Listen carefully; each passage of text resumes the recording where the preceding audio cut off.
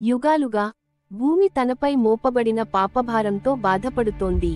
అన్యాయం పెరిగిపోయింది, ధర్మం కనుమరుగైంది.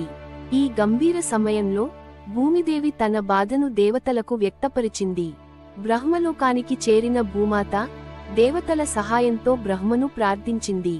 ప్రభూ, దయచేసి భూమిని రక్షించండి, రాక్షసుల పీడనాన్ని శాంతింపచేయండి. అప్పుడు బ్రహ్మతో పాటు మిగిలిన దేవుళ్ళు అందరూ విష్ణు ప్రార్థనలో లీనమయ్యారు.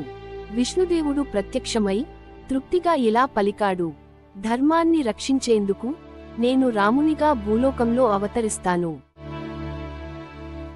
అదే సమయంలో అయోధ్యలో దశరథ మహారాజు పెద్ద యజ్ఞాన్ని ఆచరించాడు.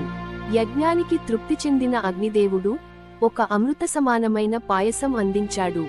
ఆ పాయసం ద్వారా భూమిపై ఓ మహత్తర అవతారం సిద్ధమవుతోంది.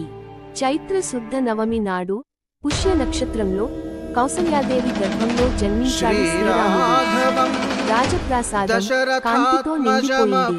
దేవతలు పుష్పవర్షం కురిపించారు. బాలరాముడు చిన్న వయస్సులోనే ప్రజలతో మమేకమయ్యాడు. ప్రేమ, ధైర్యం, సహనమే అతని లక్షణాలు. అతని భవిష్యత్తు ధర్మ పునఃస్థాపనకు పునాదిగా మారింది. రాముడు గురుకులంలో విద్యాభ్యాసం మొదలుపెట్టాడు. వినయం, భక్తి, ఆచారాన్ని అభ్యసించాడు. ఇలా శ్రీరాముని అవతార గాథ మొదలై ధర్మయుగానికి మార్గం సిద్ధమైంది. ఈ శ్రీరామ నవమి రోజున మనం కూడా నిజాయితీ, ప్రేమ, ధర్మాన్ని అలవరుచుకుందాం.